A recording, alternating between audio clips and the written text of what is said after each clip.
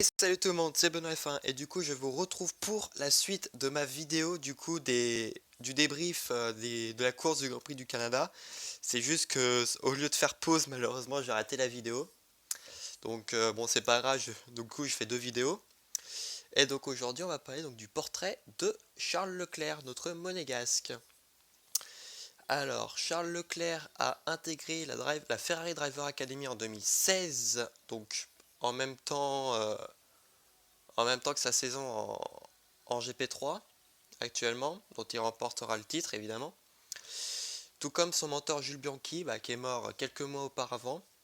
Mais il est également nommé pilote de développement de l'écurie Haas et également de la Scuderia Ferrari, évidemment. Il va faire ses débuts en tant que, enfin, en LE, enfin, au CC Libre 1, pardon, en Grande-Bretagne. Il remplacera donc le Mexicain Esteban Gutiérrez chez Haas, puis fera des tests privés chez Ferrari le mardi suivant le Grand Prix. Donc le mardi suivant le Grand Prix de Grande-Bretagne. Plutôt convaincant, Leclerc réitère l'expérience en Hongrie, en Allemagne et au Brésil, en remplaçant 3 fois Gutiérrez avec Haas. En 2017, il participe à 4 séances d'essai libre avec l'écurie Sauber cette fois-ci.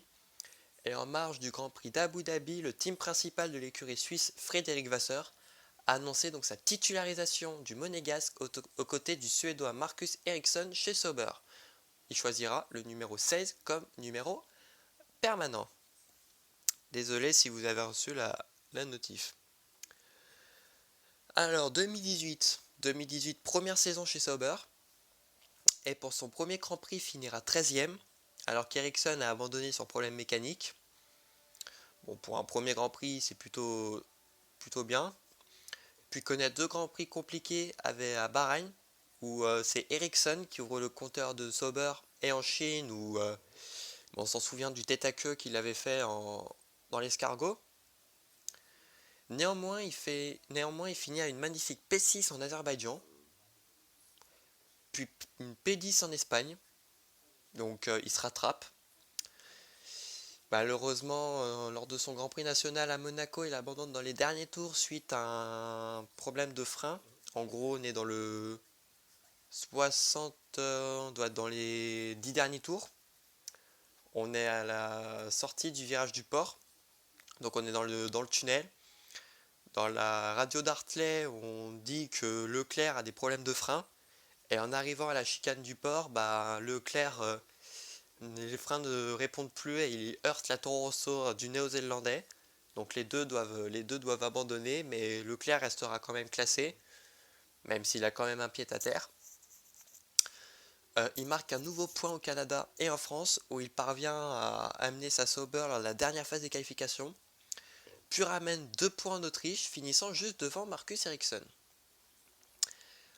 Il connaît ensuite 3 abandons consécutifs, en Grande-Bretagne pour un écrou mal serré, en Hongrie pour un problème mécanique et en Belgique suite à un gros crash au départ, en se faisant percuter par Fernando Alonso qui a été lui-même percuté par Nico Hülkenberg, donc la cascade. Le 11 septembre 2018, donc avant le Grand Prix d'Italie, Ferrari a annoncé l'officialisation de Charles Leclerc pour 2019 aux côtés de Sébastien Vettel. Donc sa deuxième saison sera rouge. Et à partir de Singapour, il connaîtra les points et la Q3 quasi à chaque course, puisqu'il nous fait une P9 à Singapour, puis il nous fait 4 fois 7ème de la Russie à Abu Dhabi, avec 5 Q3 d'affilée, ou peut-être 4 Q3 en 5 courses. Les États-Unis, je suis pas sûr qu'il ait fait de Q3, mais ça sera confirmé, dites-le moi dans les commentaires. Et donc pour sa première saison chez Sauber et la première saison en F1, il fera donc 13ème avec 39 points avec 6 abandons, quand Ericsson malheureusement fera 17ème avec 9 points. Et ensuite on va parler donc de sa saison actuelle chez le Cheval Cabré. Donc 2019 il connaît une saison bonne points rookie, mais moyenne pour une écurie de pointe telle que Ferrari, entre erreur et consigne d'équipe. Il parvient quand même à finir 5ème en Australie avec quand même une consigne d'équipe en disant reste derrière Vettel, alors que Leclerc était quand même limite dans la botte de vitesse de Vettel. À Bahreïn, il effectue sa première pole position et donc devient le premier monégasque à partir en pole et le plus jeune pilote Ferrari à en faire une à 21 ans. Donc deuxième course, il fait une pole, je crois, non, Vettel n'a pas fait la même parce que Vettel c'était Singapour. Mais malheureusement, il rate son départ. Donc au premier virage, il se retrouve... au premier virage, il se retrouve troisième. A failli se retrouver quatrième d'ailleurs avant le virage, je crois au virage numéro 8, où il a failli se faire dépasser par Hamilton. Mais en 6 tours, il se reprend et il dépasse Bottas puis Vettel dans l'ordre. Il mène bien la course, hein. Je crois qu'il y a à peu près entre 15 et 20 secondes d'avance sur Hamilton et Bottas, du coup, parce que Vettel, bon, spin plus la perte de son aileron avant, il est redescendu au classement. Mais au 46e tour, malheureusement, il subit une grosse perte de puissance. Il aura fallu 4 tours à Hamilton pour dépasser Leclerc. Et 54e tour, Bottas donc passe deuxième, donc Leclerc est troisième et il est en train de se faire rattraper par Verstappen, mais il profite du double abandon des Renault plus la safety car pour garder son premier podium en F1 quand même. Et donc devient le premier monégasque à monter sur un podium depuis Louis Chiron en 1950 chez lui à Monaco. En Chine, et j'ai oublié aussi, est le premier monégasque à faire meilleur tour en course aussi. J'avais oublié de le stipuler. En Chine, après une nouvelle consigne d'équipe obligeant les Vettel à le laisser passer, il finit 5ème. Puis 2 semaines plus tard, il commet une erreur en qualification, donc à Bakou. Donc pour vous dire, en Q2, au virage numéro 8, il a un peu bloqué les roues et est allé dans le mur alors qu'il aurait peut-être pu prendre l'échappatoire, même si ça aurait été très compliqué. Donc c'est le virage où Kubica avait tapé, aussi en Q1.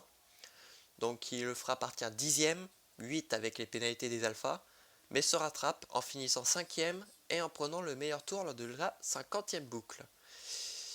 Il connaît un Grand Prix national compliqué, qui commence par sa sortie en Q1 suite à une erreur de Ferrari.